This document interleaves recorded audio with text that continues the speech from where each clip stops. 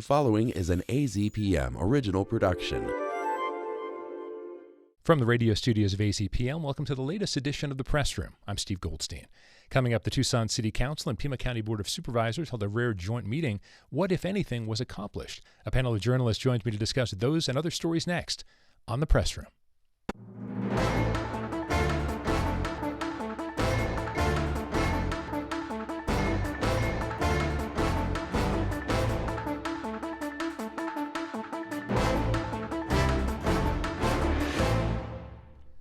Welcome to the Press Room. I'm Steve Goldstein. Journalists joining me today are Schmidt of the Tucson Spotlight, John Washington of AZ Luminaria, Alisa Reznick of KJZZ, and Nick Rommel of AZPM News making his maiden voyage. Nick, thanks for being here. Thank you. Don't be scared yet, okay? That'll be later in the half an hour, okay? Major meeting that we talked about last week. I feel like we're building up to it for weeks because of this. I don't know, has it been decades that the Pima County Board of Supervisors and the Tucson City Council haven't gotten along? Got testier, though, Caitlin, because of Mayor Romero's Safe City initiative and that Supervisor Scott went back. Okay, so this joint supervisor council meeting happened. Any fireworks? I mean, it wasn't as explosive as one might have thought. There was a lot of talk about getting along, putting past issues in the past and leaving it behind. And then we went on to have our own separate meetings where we discussed these themes. A lot of talk about solutions. A lot of unhappy community members in response to some of the solutions that were discussed, as well as the ordinance that we'll get to. But it was a little calmer than I expected it to be. Yeah, John, what stood out for you? Not that much, honestly. Yeah. I would say 2 hours. It was filled with plenty of platitudes.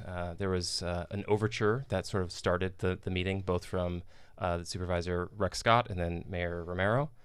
Sort of burying the hatchet, perhaps, trying to smooth things over. That was how the meeting also ended, with Councilman Paul Cunningham saying that he would like to invite any supervisors into his office, and he looks forward to hanging out with them again. There was, I think, a sort of a list of all the things that they've been doing. So we had the county administration and then the city manager's office. Both presented, just kind of went through a litany of all the things that they've done. The focus was on sort of how to tackle the opioid crisis, mental health, and all those connections with the criminal justice system. And there were some proffered solutions, some things that they were laying out. But I think the idea was that instead of taking these on piecemeal, they want to have a more coordinated, concerted effort. And this was the first step, of just getting in a room together, seeing each other face to face, and then hopefully figuring out something to actually make it work. Yeah. Nick, you attended the meeting. Is there something that I think people's expectations, those of us who are kind of hoping for things, at the end of the day, was it a little bit sort of because when John mentions platitudes, I feel like it almost felt like let's have kind of a false kumbaya to sort of bury the rest of it. Did you feel like there was any space to really advance going forward? Yeah, I thought maybe the space to advance was something that the lone Republican at the round table said. Steve Christie, county supervisor, doubled down saying law enforcement's the only way out of the homelessness crisis, which was at odds with what a lot of people were saying at the joint meeting, but had some parallels in what both bodies were actually adopting in their own respective separate meetings that they also held that day. A lot of the policies that they were looking at definitely show a greater willingness to use police to, quote unquote, solve these issues. Yeah. Alisa, I want to get an observation from you before we dig in deeper. Anything stood out for you? Yeah. I mean, just kind of piggybacking off of what others have said, I think there were maybe some expectations of what this was going to entail, just given how unlikely this meeting is. We don't see it that often. And there are a lot of, there's been a few different public spats between these two bodies. But, I think to your point, there is maybe going to be in the future kind of more that we'll see as things unwind. There also, is a difference between what's said in these meetings, especially in this joint meeting, versus the actions of both bodies and what they, the kinds of policies that they represent. Yeah. So I think, the time is going to tell kind of where those odds are going to kind of meet. Kayla, you mentioned an ordinance. I think we have to dig in on this because going into the meeting, a lot of the discussion was, some of it was related specifically to Pima County Attorney Laura Conover as far as whether she was doing enough. There's talk about public safety. There's talk about whether people in Tucson are, to be frank, are just afraid of seeing homeless people in different places. So what is the ordinance at least what we knew about it, and then what could it be going forward? Are there going to be tweaks? Has it disappeared? That sort of thing. It has disappeared from the public domain. It was posted after the meeting on Tuesday night, and it was gone by yesterday morning at 11:30. There are a lot of screenshots, but it basically is a drug loitering ordinance that allows intervention on anyone who's engaging in behavior that makes it look like they're high or have drugs. And there's some concerning language in there. I mean, it definitely gives police permission to profile. And I think a lot of the behaviors that it addresses, I mean, specifically it talks about people leaning over, folded over, or acting erratically. But I mean, people not on drugs act erratically and do those things as well. So it's, I mean, I think it's telling that it's been taken down. I suspect that we'll see some different language come out of there, but it really kind of reminds me of a relic of the past a little bit. And it's targeting people that we've been working really hard on for the last decade, keeping out of jail. So I was kind of surprised to see something like that come out of this. Yeah, John? Yeah, so I have some of the concerning language. I have the ordinance pulled up right in front of me. And one thing that people reacted to very quickly was this provision that says a person that behaves in such a manner as to raise a reasonable suspicion that they are about to engage in or then engage in a drug offense. So about to engage, that sounds like future policing or something. And people reacted really swiftly to that. And I was able to ask a number of local officials what their take is, or if they could explain how that was supposed to help the situation. And the mayor told me very quickly that she was not tied to that language, that there's room still to finesse this ordinance. I asked, again, Councilmember Cunningham, and he seemed a little miffed that we would even suggest that this could lead to more incarceration or further crackdown. And yet, I mean, you look into the history of the drug war, and we have 100 years of evidence that when police are given, any law enforcement are given a tool to criminalize somebody, what that leads to is another sort of accelerant in the spiral cycle of criminalization, further addiction, further crises, mental health crises. And so I think that people are maybe, like local officials are sort of taking account for how this landed and maybe are reconsidering if this is even constitutional. Yeah, Alisa, I see you nodding, and I wanted to follow up, have you follow up with what John said, but at the same time, it almost feels like this is a community that, probably like a lot of communities, doesn't really know what to do because they're hearing from the average person who's like, wait a second, I don't feel safe, so you have to do something. And then could that lead to a major overreach? I think a lot of people are concerned about that too. Yeah, I mean, I think Tucson's leaders are not alone in that camp of sort of being in a hard place to respond to community concerns about safety and community concerns about safety of people who are experiencing homelessness, and where is the middle line. I think Community Care Tucson and other groups, mutual aid groups, have had spats with the city over the years about their responses, you know, with things like sweeps or kind of criminalizing, potentially holding, you know, handing out food or other resources at parks. Other cities have, of course, seen that happen too. And, you know, it's kind of like when we talk about like the border versus immigration or something like that, like drug use, fentanyl use, and homelessness are often seen as like one issue, and they might not necessarily always just be one issue. We have a lot of state funds and even local funds that go towards rehabilitation for drug use. And, you know, we've also tried programs both through the county and the city that look to redirect cases that might end up in court or in prison or in jail into, you know, more like community care focused programs. So I do feel like it seems like a bit of a diversion from, not a diversion, but we're kind of changing course from what we've done in the past. And I wonder if it's because of this sort of knee-jerk reaction to some of these louder community concerns we've heard. Yeah. I mean, and I think what it comes down to is the intent versus how this is going to be put into action. So the stated intent is that this will be a diversion program. And yet it is also further criminalizing. I mean, what it is doing is making it a misdemeanor, a city misdemeanor.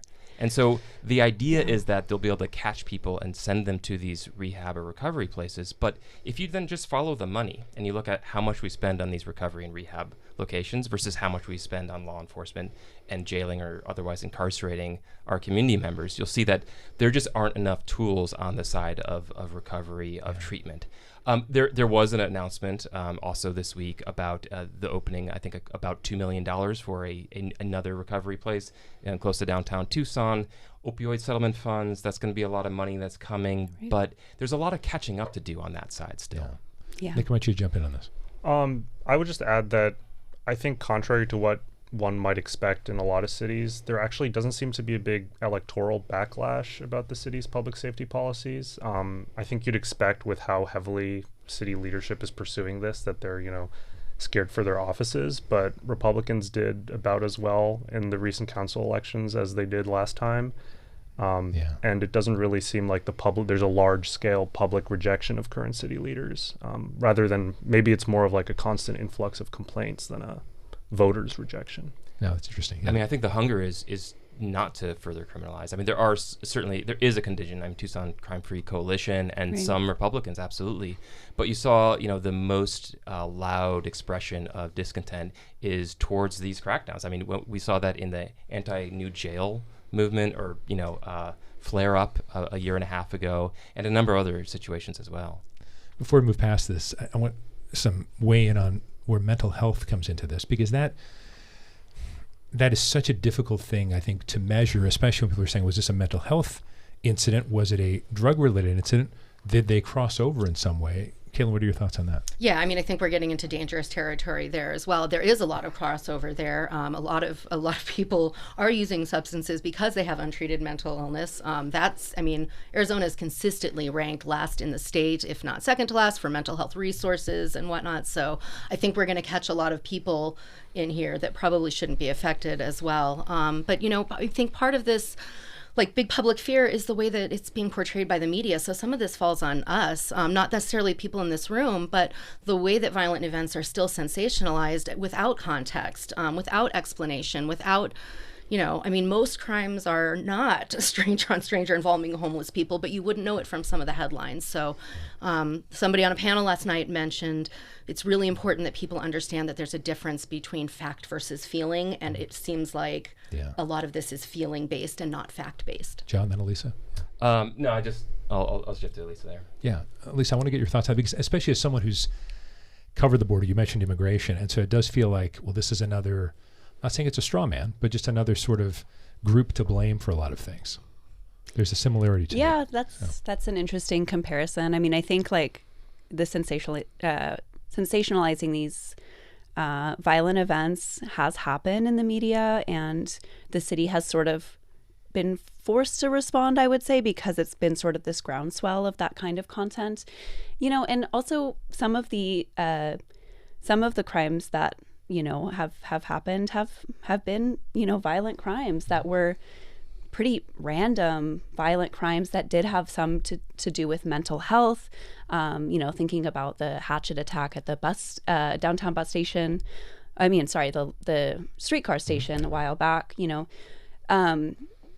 It's kind of this classic thing, right? Where rather than digging deeper into the systemic issues and where safety nets are failing, we're kind of the easier response or the easier reaction, especially from the public, is just to say, look at how unsafe Tucson is. And then it brings all these other things into its net, fare-free bus services. Fare-free transit has been caught in the crossfire of this debate over whether that, ramps up crime or whether that allows people to get away with crime. I think it's all wrapped up into this conversation that kind of ends up getting really flat rather than more nuanced. Yeah. Nick, take us out of this one. So you just moved to Tucson a couple of months ago. So I'm not going to ask you to compare Tucson to Chicago, for example, but does this feel like a place when you're taking the bus that it's less safe than other places? Not less safe than some, but this is anecdotal, by the way. Yeah, anecdotal. I've been to... This is the fourth urban area I've lived in. It's not the safest, but also not the least safe by feeling. So I'll put it that way. Yeah. I think, like I said, some of the incidents are they're shocking and they're scary and they're sad. It's just that you can't just take one thing and then, not use things that we've already been trying to put in place in the city to respond. Right. I mean, harms are going to be committed no matter what, and aberrant violent crimes are not necessarily solved by further incarceration. I mean, that's something that we do have evidence for. It's not reflective of the data or the evidence, right? Caitlin, would not be an episode of the Press Room without a discussion of Project Blue. You thought I was going someplace else. Your publication had a story about a group of Tucson residents who went to Arizona Corporation Commission meeting, got to enjoy Phoenix, the traffic, the heat. It was really great, I'm sure. So let's talk a little bit about what they were trying to do, because Project Blue is not dead. It's not even close to dead. In fact, it may live for a very long time. Who were some of these folks? Not specifically, but what kind of groups did they represent, and what were they trying to do? Yes, it was the No Desert Data Center Coalition, which popped up and organized very quickly this summer, and has been very vocal at every town hall meeting, city council meeting, board of supervisors meeting. They're holding their own educational forums now just to keep people posted about this. So they gathered a group together to go up to Phoenix to the Arizona Corporation Commission meeting, who, while they were not planning to discuss at this meeting the energy share agreement that TEP has on file, after all of these people showed up in their red shirts with their signs, the Corporation Commission indicated that they intended to approve this at the next meeting. So I suspect we will see No Desert Data Center there again. This is not going away, but I also don't think Amazon is going away. So, yeah, John, that really strikes me, though. This is, how many times can this project, at least part of it, be rejected? And yet, that's okay. We'll come up with a different idea and we'll spin it this way. It does seem like this is something that is inevitable. Yeah, but we will see how the community continues to step up and push back. I mean, there are a number of steps that need to go forward before this can actually become an actual humming, loud, energy and water guzzling data center.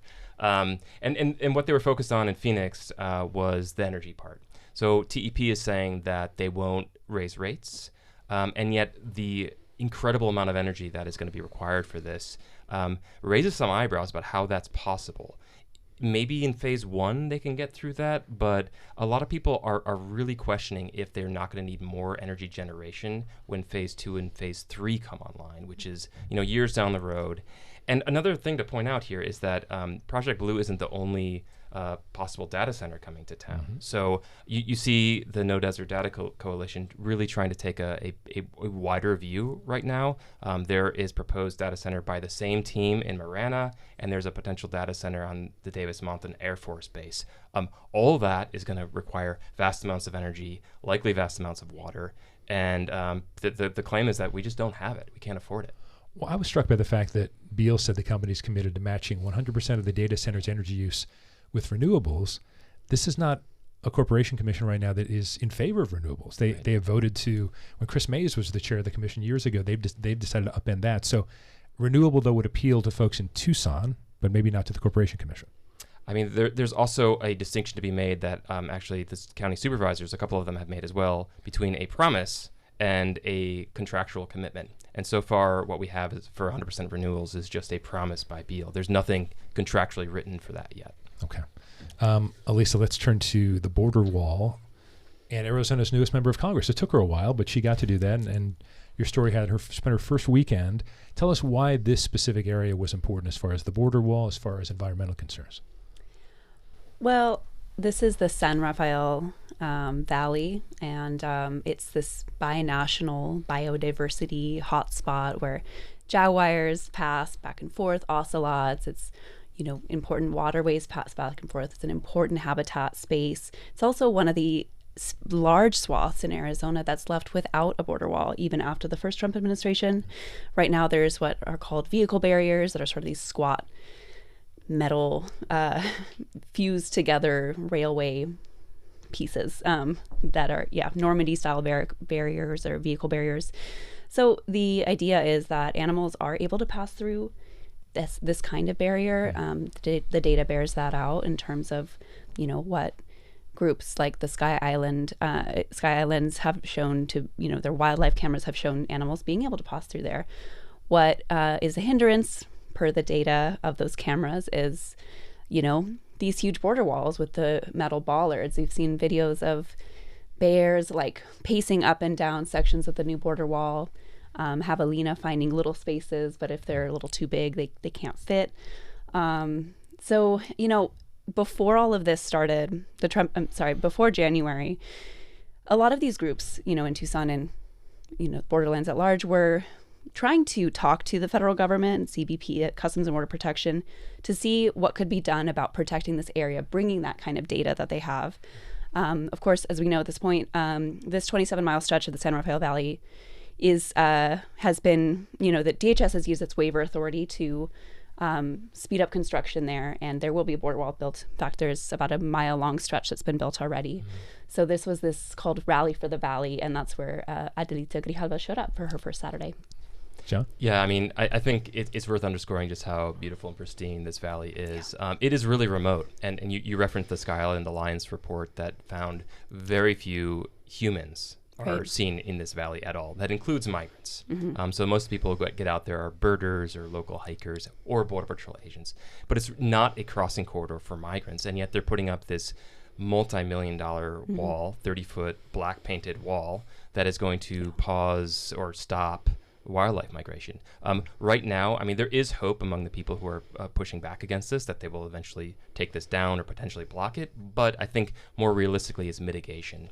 It's making sure that there are crossing corridors or some small animal holes that they can sneak through so some wildlife can go back and forth. Yeah, even a tiny little etching into the bollards makes a difference. I mean, the footage from the Sky Island Alliance shows, like I said, Javelina finding these little places where there's it's like an 8.5 by 11, so basically the size of a sheet of paper that's cut in, and there's these rows and rows of Javelina, and even a mountain lion and her cubs or her kittens moving through the wall. So, it's unclear at this point though how successful they will be at getting through to the administration in order to make those changes. And as John mentioned, there is a legal effort to try to bring this down, which takes aim at the waiver authority. Yeah. Now, Nick, I know you've had a chance to talk with Representative Grijalva. Obviously, her dad, environment was, if not his number one thing, was very close.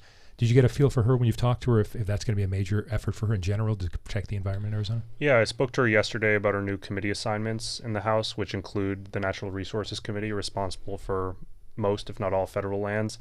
And she framed it mostly as continuing the legacy of her father. She said that she would, or suggested she would seek to revive his environmental justice for all law or bill from a few years ago that put in place various environmental justice reviews for federal actions.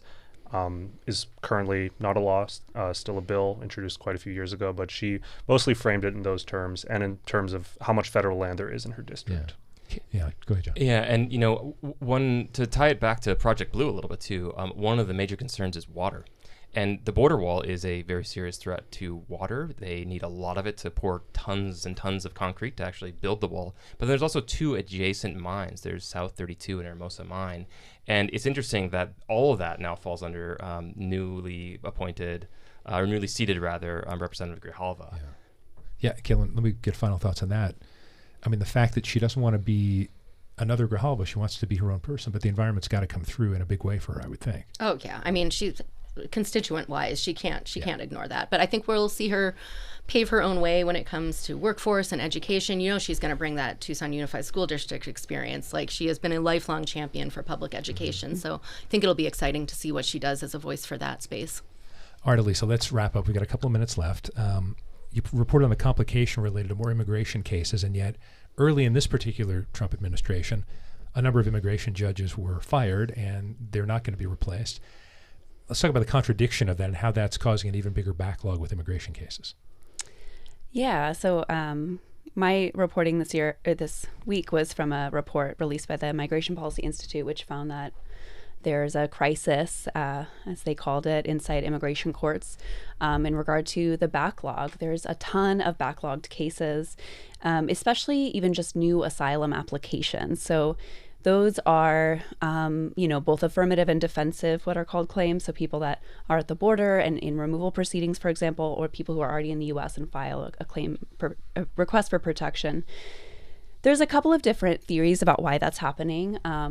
The legal pathways are are narrowing for immigrants everywhere, whether it's, temporary protected status or parole or all these other programs are becoming kind of non-existent or very threatened.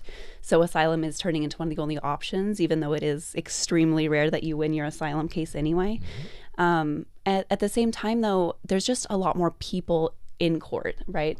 The children's docket, for example, is happening a couple of times a month in Tucson alone. That did not happen in the past. Children were not maybe always going to court, maybe going through their process through USCIS, Citizenship and Immigration Services. So there's just, the court is overburdened. At the same time, as you mentioned, judges are being let go, retiring early, or being fired. 139 judges as of last count, according to the MPI. So the Trump administration has proposed putting things like military lawyers in to fill the gap, but it's really an open question about the legality of that as well. About 30 seconds, Sean. Yeah, I mean, it's important to remind everyone that immigration court is under the executive branch. And so not only is there a crisis of backlog, but there's a crisis of the executive branch pushing judges to pause cases, put them into expedited removal, and then what seems like from some AP reporting this week, like coordinated ambushes between government prosecutors, the judges, and then ICE waiting in the halls of these courts, effectively scaring people away from following the legal process of applying for protection from the United States. That's why at the same time we're seeing denial. The rate of denials for asylum applications specifically is the highest it's been since 2015. Okay. Thank you all for the great conversation. Alisa Reznick of KJZZ, John Washington of AZ Luminaria, Caitlin Schmidt of the Tucson Spotlight, Nick Rommel, very successful first voyage, Nick Rommel of AZPM News. Thank you all for being here today. Thank you all for joining us for this edition of The Press Room. We're back next week with a special edition. I'm Steve Goldstein.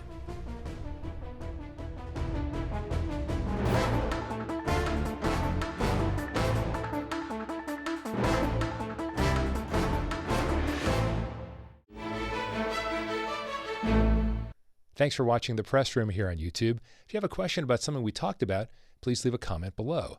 And for more Press Room, click right here.